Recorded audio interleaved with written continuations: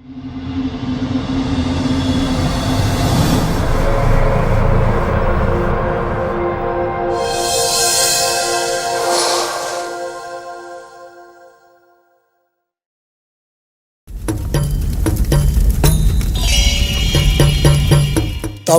அடையாளம், தமிழ்நாட்டின் அடையாளம் சேர சோழ பாண்டியர்கள். உலகாண்ட பெருமையை தமிழர்களுக்கு ஈட்டி தந்த ஒப்பில்லாத மூவேந்தர்கள்.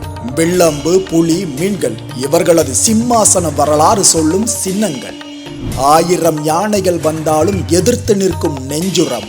அமைதி காற்றை மக்கள் சுவாசிக்க குருதி காற்றை வீசச் செய்த வீரம்.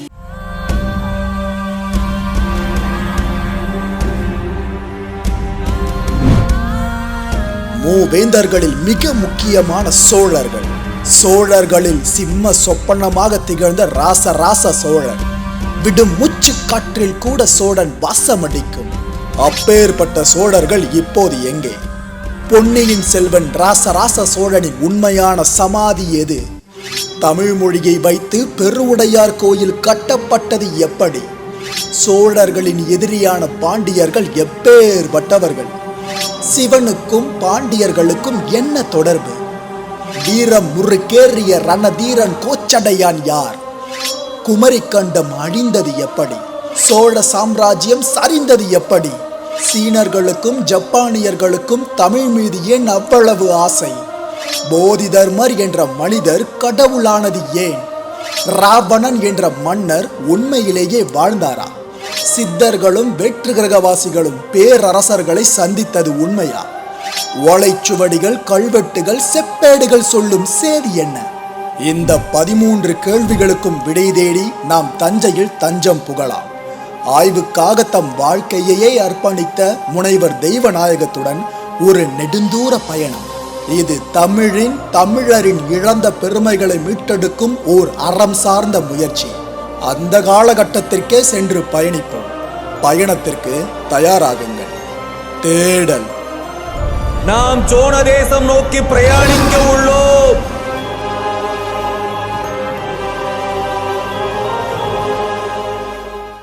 நான் அப்படின்ற கர்வம் கொள்ளாத அரசர் தான் இந்த ராசராச சோழன். இதை ஒரு உதாரணத்தோடவே என்னால் உங்களுக்கு சொல்ல முடியும். அதாவது பெருவுடையார் கோயிலை கட்டுறதுக்கு யார் யாரெல்லாம் உதவி பண்ணாங்களோ அவங்க எல்லாரோட பெயர்களையும் கோயிலோட அடிப்பகுதியில செதுக்கி வச்சுட்டு போயிருக்காரு ராசராச சோழன். இந்த கோயில் விமானம் இருக்குல்ல, அது மேல அழகி அப்படின்ற ஒரு மூதாட்டியோட பேரையும் உங்களால பார்க்க முடியும்.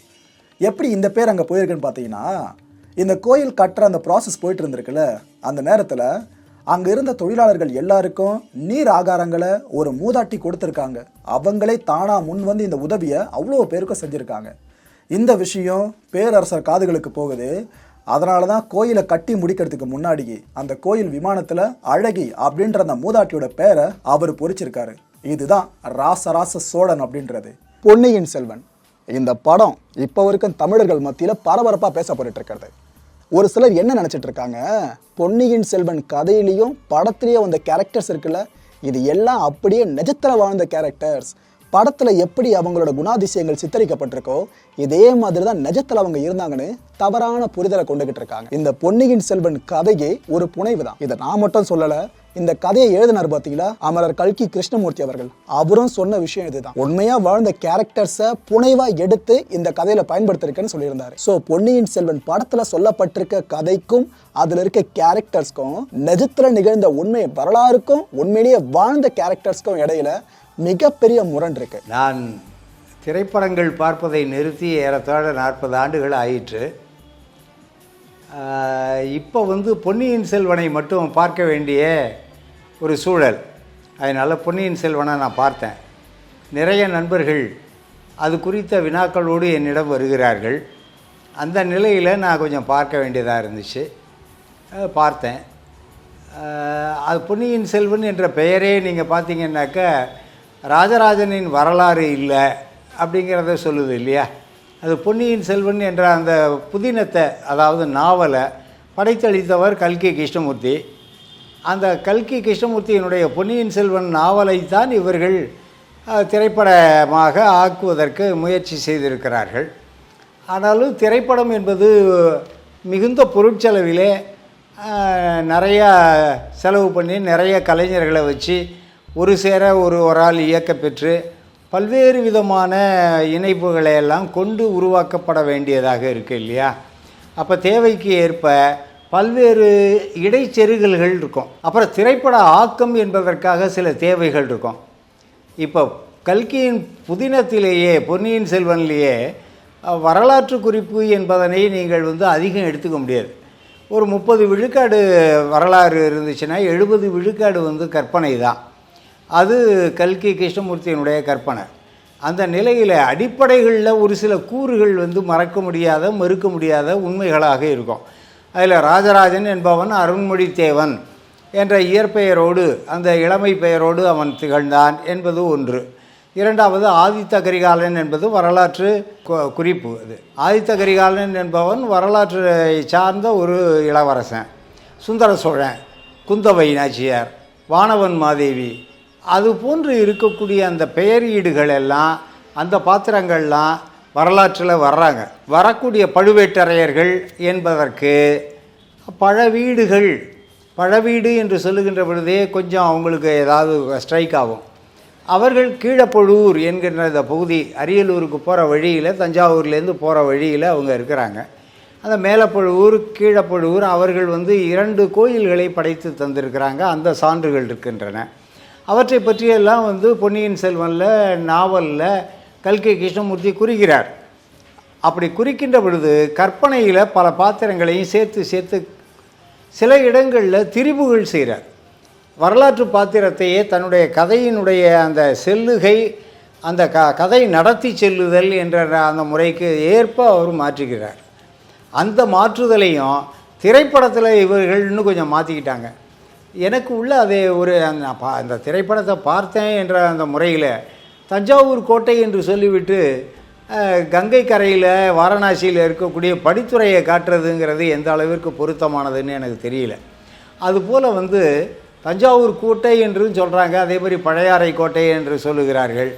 அப்புறம் தமிழ்நாட்டு பகுதியில் அதிகமாக இவங்க படம் உருவாக்கம் பண்ணலை, திரைப்படத்தை உருவாக்கம் செய்யலை.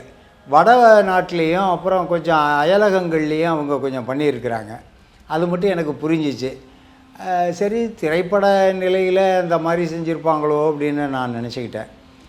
எனவே வரலாற்று குறிப்புகள் என்பது அதுக்குள்ளர என்னை பொறுத்தவரையில் ஒரு அதிக விழுக்காடு இல்லை. ஒரு 10லேருந்து 20 விழுக்காடு இருக்கலாம். பாக்கி எல்லாமே கற்பனை கலந்த ஒரு செய்தியாக தான் இருக்குது. அதில் வரக்கூடிய அந்த கதாபாத்திரங்களும் சரி, அவற்றினுடைய அந்த போக்கும் திரைப்படம் தழுவியதாக இருக்கக்கூடிய ஒரு வரலாற்று நிலைக்குரியதாக இல்லை.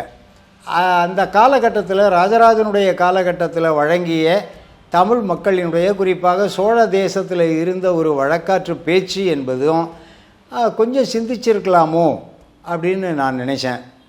இன்றைக்கு பழைய சுவடுகளை திரைப்படத்தில் உருவாக்கம் செய்ய முடியும். அதுவும் மணிரத்னம் போன்ற பெரிய இயக்குனர்கள் அவங்க நினச்சிருந்தாங்கன்னாக்கா செய்திருக்கலாம். ஒரு கால் அவருக்கு அந்த மாதிரி ஒரு கருத்து எடுத்து சொல்வதற்கு சரியான ஒரு வழிகாட்டல் இல்லையோ அப்படின்னு நினைக்கிற ஒரு நிலை தான் எனக்கு கிடைச்சிச்சு.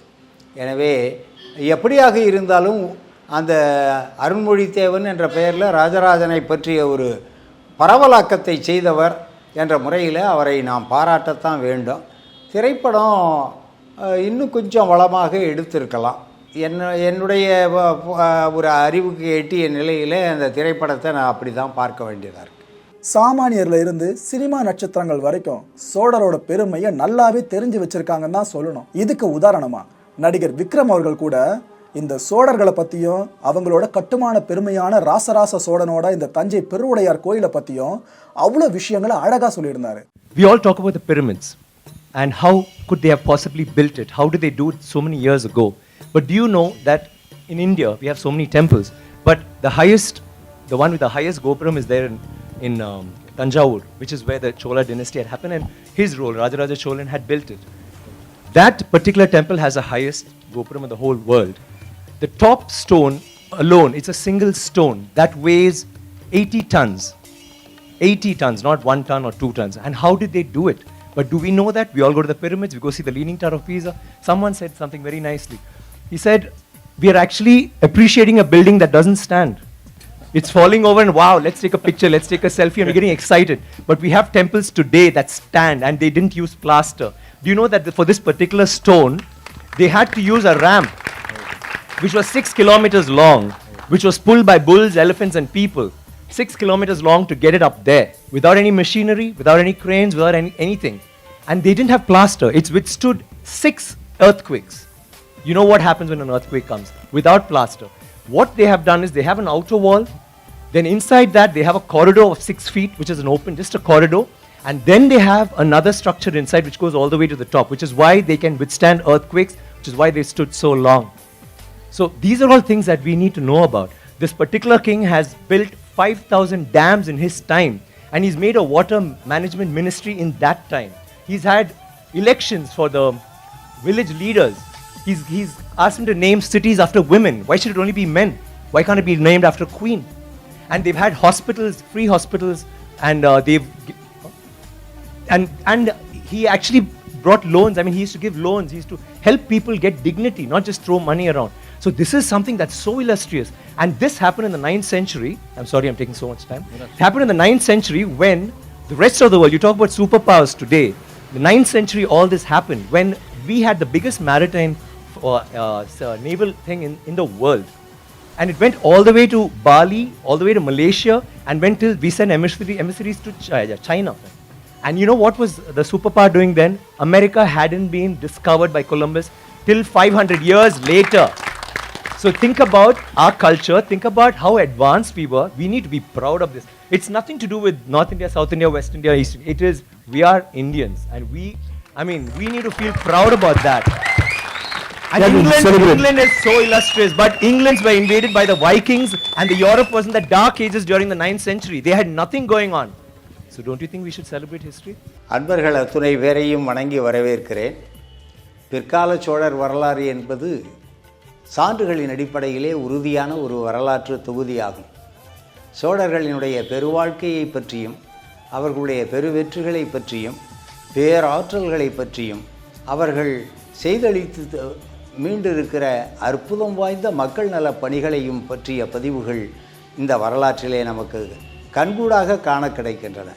நண்பர்களே, இந்த பிற்கால சோழர் என்கின்ற இந்த மரபினை ஒரு பேராற்றல் வாய்ந்த த இம்பீரியல் சோழாஸ் என்ற நிலையிலே பேரரசு, சோழ பேரரசு என்பதற்கு வித்திட்டவன் தஞ்சையை கைப்பற்றியதன் வாயிலாக.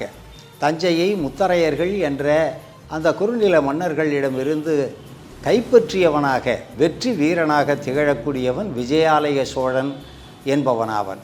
அவனை சோழ நாட்டு சோழிய வரையனான உலக பெருமானார் என்று காளகசியில் இருக்கக்கூடிய கல்வெட்டு சுட்டுகிறது. அவன் பல்லவர்களுக்கு துணைவனாக தன்னுடைய வாழ்க்கையை தொடங்கினான். பல்லவர்களுக்காக இணைந்து பாண்டியன் பரசக்கர கோலாகலன் என்பவனோடு போரிட்டு குடமூக்கு போரிலேயும் அரிசிற்கரை போரிலேயும் திருப்புரம்பிய போரிலேயும் கூட என்று நாம் கருதத்தக்க அளவிலே அவனுடைய அந்த பங்களிப்பு என்பது சோழ பேரரசினுடைய மீட்சிக்கு 846 என்கின்ற கிறித்து சகாப்தத்தில் கணிப்பிடப்பட்ட அந்த காலகட்டத்தை ஒட்டியதாக அமைந்திருக்கிறது. அந்த 846 முதலாக 1270 வரையிலே இருந்த தொடர்ந்த சோழ பேராட்சிக்கு இணையாக 400 ஆண்டுகளை கடந்து தொடர்ந்த ஒரு பேராட்சியை, ஒரு பெரும் அரச ஆட்சி முறையினை உலகின் வேறு எந்த நாட்டு அரச முறையிலேயும் காண முடியவில்லை. தொடர்ந்த ஒரு ஆட்சி. அதற்கு வித்திட்டவன் விஜயாலய சோழன் என்பவனாவன். அவனுடைய மகன் ஆதித்தன் என்கின்ற அவனும் பெருவெற்றியாளன். அவன்தான் திருப்புரம்பிய போரிலே மிகுந்த ஆற்றலோடு போரிட்டு தன்னுடைய நண்பர்களிலே பிருதிவிபதி என்கின்ற கங்க நாட்டு அரசன் முதலாம் பிருதிவிபதியை கூட இழந்த நிலையிலேயும் கூட அவன் பெருவெற்றியாளனாக திகழ்ந்து பல்லவர்களையும் பாண்டியர்களையும் ஒருங்கே வென்றவனாக மேற்கே கொங்கு நாடு அதனுடைய எல்லை பகுதியாகிய இன்றைய கர்நாடகாவினுடைய அந்த பொன் வளம் கொழிக்கக்கூடிய கேஜிஎஃப் என்கின்ற குவலாலபுரம் வரையிலே தன்னுடைய ஆட்சி பரப்பினை அகர்ச்சி செய்த பெருந்தகை. மிக மிக அருமையாக அங்கிருந்த அந்த தங்க வயல், கோல்டு ஃபீல்ட், என்று சொல்லுகிறோமே, அதிலே இருந்த அந்த சுரங்கங்கள், தங்கச் சுரங்கங்களிலிருந்து தங்கத்தை ஈட்டி வந்து நம்முடைய தில்லை அம்பலத்தினுடைய சிற்றம்பலத்தை பொன்னம்பலமாக மாற்றி காட்டியவர். ஏனென்றால் வெற்றியால் கொண்ட ஈட்டப் பொருட்களை எல்லாம் தன்னுடைய அரண்மனையை அழகு செய்யவோ அல்லது அரண்மனையில் வாழ்ந்து கொண்டிருக்கக்கூடிய பெண்டீர் குழந்தைகள் தான் தன்னுடைய அரண்மனை என்று பயன் கொள்ளாமல் அதனை, அந்த வெற்றியை தனக்கு அருளி செய்த இறைவனுக்கு படைத்து அளிக்கக்கூடிய ஒரு பண்பாட்டு சுவடாக நாம் இத்தகைய நிகழ்வுகளை காண முடிகிறது. அவ்வளவு தூரம் கேஜிஎஃப் என்கின்ற அந்த கோலாலபுரத்து தங்கச் சுரங்கத்திலிருந்து கொண்டு வந்த பொன்னையே இறைவனாகிய தில்லை சிற்றம்பலவனுடைய இருக்கையாகிய அந்த சிற்றம்பலத்தை பொன்னம்பலமாக அவன் ஓடு வேய்ந்து மாற்றி காட்டியிருக்கிறான். அதனைத் தொடர்ந்து சோழ மன்னர்கள் பலரும் அதற்கு திருப்பணி செய்திருக்கிறார்கள். பொன்னியின் செல்வன் கதையில இடும்பன்காரி அப்படின்ற முக்கியமான கதாபாத்திரம் ஒன்று இருக்கு. படத்துலயும் சரி கதையிலையும் சரி இந்த கதாபாத்திரத்துக்கு ஒரு மிகப்பெரிய ஸ்கோப் இருக்க தான் செய்யுது. அப்பேற்பட்ட அந்த இடும்பன்காரி அப்படின்ற கேரக்டர் உண்மையிலேயே வாழ்ந்திருந்தாரா, அவர் ஒரு பாண்டிய விசுவாசியா இருந்திருப்பாரா? அந்த இடும்பன்காரி என்கின்ற அந்த ஒரு பாத்திரமெல்லாம் வந்து கல்கி கிருஷ்ணமூர்த்தியினுடைய படைப்பு. பொதுவாக அவருடைய உய்த்துணர்வு என்ன அப்படின்னாக்கா, வீரபாண்டியனுடைய கொலை, அதற்கு பழிதீர்த்தல் என்ற முறையில் வீரபாண்டியனோடு தொடர்புடைய பாண்டிய நாட்டு ஆபத்து உதவிகள் என்ற முறையில் இடும்பன்காரியை அவர் படைத்தளித்திருப்பார். அது பொதுவான ஒரு வளமை. ஏனென்றால் இந்த அணுக்கப்படை அப்படின்ற ஒரு படை ஒன்று இருக்கும். இளவரசரோ அரசரோ அவரை சுற்றிலும் வந்து ஒரு பாதுகாப்பு வளையம். அந்த பாதுகாப்பு வளையத்தில் ஆபத்து உதவிகள் என்ற நிலையில் அந்த காலத்தில் ஒரு படை பிரிவினர் வந்து இயங்கியது. அது செக்யூரிட்டி என்று சொல்கிறோம் இல்லையா, அந்த ஃபஸ்ட்டு ரிங்கு, அந்த முதல் வளையத்தில் இருந்தவங்க, அதில் இருந்தவர்கள் ரொம்பவும் வந்து அந்த ராஜாவோட ரொம்ப தொடர்புடையவங்களாக இருந்திருப்பாங்க. அதனால ராஜாவினுடைய அந்த இழப்பை அவங்க பழி தீர்ப்பதற்காக அந்த முயற்சி பண்ணியிருப்பாங்களோ அப்படிங்கிறது மாதிரி அவர் அந்த கதை நடத்திக்கிட்டு போவார். பொன்னியின் செல்வனை பொறுத்த வரைக்கும் அப்படி தான் அவருடைய கற்பனை. அந்த கற்பனையில் இருக்கக்கூடிய அந்த இடும்பன்காரி என்கின்ற அந்த பெயரீடெல்லாம் வரலாற்றுக்கு தொடர்புடையது அல்ல. அந்த ஆபத்து உதவிகள் என்பவர்கள் இருந்திருக்கலாம், அவர்கள் ஒரு கால் அந்த பழி தீர்ப்பதற்கு முயன்றிருக்கலாம். அவர்கள் அந்த பெயரில் தான் இருந்தார்களா என்பதற்கு எந்த விதமான ஆவணமும் நம்மகிட்ட இல்லை, சான்று இல்லை. அது கல்கி கிருஷ்ணமூர்த்தியினுடைய ஒரு சின்ன கற்பனை என்று தான் நம்ம சொல்லணும். ஒரு சிலர் நினச்சிக்கிட்டு இருக்கிறது நமக்கு தமிழை பற்றியும் தமிழர்களை பற்றியும் இவ்வளோ தெரியும்ன்ட்டு. ஆனால் இவ்வளோ தான், கட்டுறது கைமண் அளவுன்னுவாங்களே, அந்த ஒரு உண்மை எங்களுக்கு இந்த டாக்குமெண்ட்ரியை முழுசாக எடுத்து முடிச்சதுக்கப்புறம் தான் புரிஞ்சுது. அடுத்த தலைமுறைக்கும் உண்மையை கடத்திட்டு போகணுன்றதுக்காக தான் இந்த அயராத முயற்சியை நாங்கள் எடுத்துருந்தோம். எங்களோட பயணம் இந்த தஞ்சை மண்ணோடு நிற்காது, தேடல் தொடரும்.